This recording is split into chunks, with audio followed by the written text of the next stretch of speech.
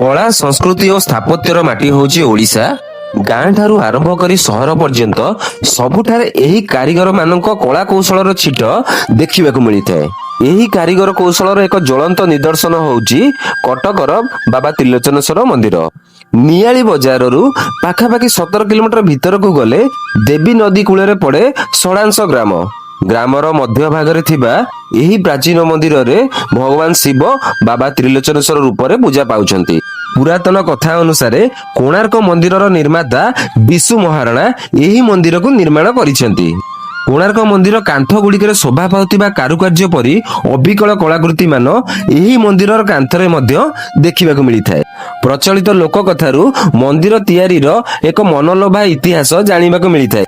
କୋଣାର୍କ ମନ୍ଦିର ତିଆରି ପାଇଁ ଆସିଥିବା ପଥରରେ ଏହି ମନ୍ଦିରଟି ନିର୍ମାଣ ହୋଇଥିଲା। ବିଶୁ ମହାରଣା ତାଙ୍କ ଅଧୀନରେ କାର୍ଯ୍ୟ କରୁଥିବା 1200 ବଢେଇଙ୍କୁ ଉଚ୍ଚ କୋଟିର କାରୁକାର୍ଯ୍ୟପୂର୍ଣ୍ଣ କୋଣାର୍କ ମନ୍ଦିର ତିଆରି ପାଇଁ ତାଲିମ ଦେବାକୁ ଯାଇ ଏହି ମନ୍ଦିରଟି ନିର୍ମାଣ କରିଥିଲେ। ଏହି ମନ୍ଦିରରେ ସଙ୍କଟମୋଚନ ହନୁମାନଙ୍କ ଜୟନ୍ତୀ ପାଳନ ହୋଇଥାଏ। ତାହା ସହିତ ପ୍ରତିବର୍ଷ କାର୍ତ୍ତିକ ମାସରେ ଯଜ୍ଞ ଆୟୋଜିତ ହୋଇଥାଏ। ଏହି ଯଜ୍ଞରେ ପ୍ରାୟ 20,000 ଭକ୍ତ ଯୋଗ ଦେଇ ପ୍ରଭୁଙ୍କୁ ଦର୍ଶନ କରିଥାନ୍ତି। ତ ସାଙ୍ଗମାନେ ଆମେ ଆସିଥିଲୁ କଟକ ନିଆଳିରେ ଥିବା ତ୍ରିଲୋଚନେଶ୍ୱର ମନ୍ଦିର। ତ ମନ୍ଦିର ସମ୍ପୂର୍ଣ୍ଣ ଦର୍ଶନ କଲୁ, ମନ୍ଦିର ଐତିହ୍ୟ ବିଷୟରେ ଜାଣିଲୁ। ତ ବାହାରିଲୁ ବର୍ତ୍ତମାନ ଯିବା ପାଇଁ। ରହିଲା ଆଜ୍ଞା, ଜୟ ଜଗନ୍ନାଥ।